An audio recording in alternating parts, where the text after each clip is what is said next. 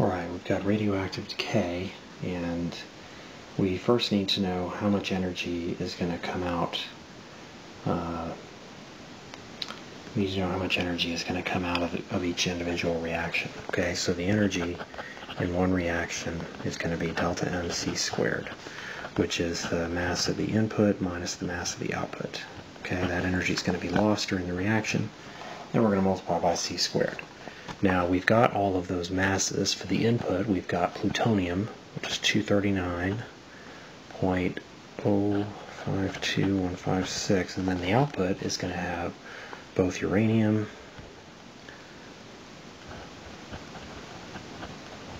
(235) and helium. Got to subtract both of them since they're both output. Okay, times c squared.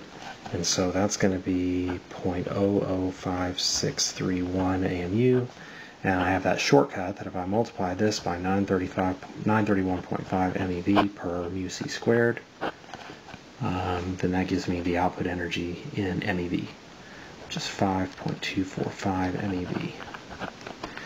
Also 8.4 times 10 to the minus 13 joules.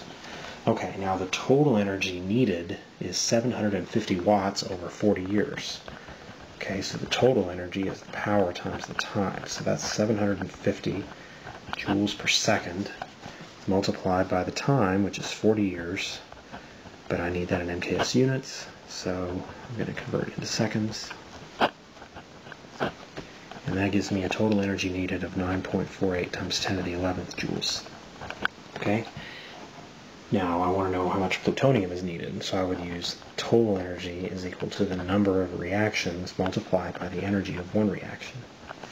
So N is equal to the total energy over the energy in one reaction. Well, total energy, we've already got that as 9.48 times 10 to the 11th. The energy in one reaction is 8.4 times 10 to the minus 13. So that's 1.13 times 10 to the 24 atoms. Okay, now if I want to know how many grams that is, well, the total mass is equal to the number of atoms times the mass of a single atom. Same sort of equation.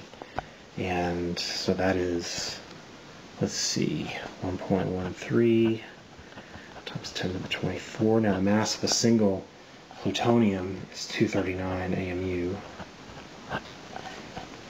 And then I got to convert that into kilograms, so 1.66 times 10 to the minus 27 kilograms per AMU, and that gives me 0.4488 kilogram, which is 450 grams of plutonium. So, about a pound for a 40-year spacecraft, 40-year lifetime. That's why spacecraft are powered by nuclear reactions, because it's so light. It's the most cost-effective fuel we have, even though people freak out when you launch plutonium into the atmosphere. You can Google the controversy about the Cassini mission to find out more about that.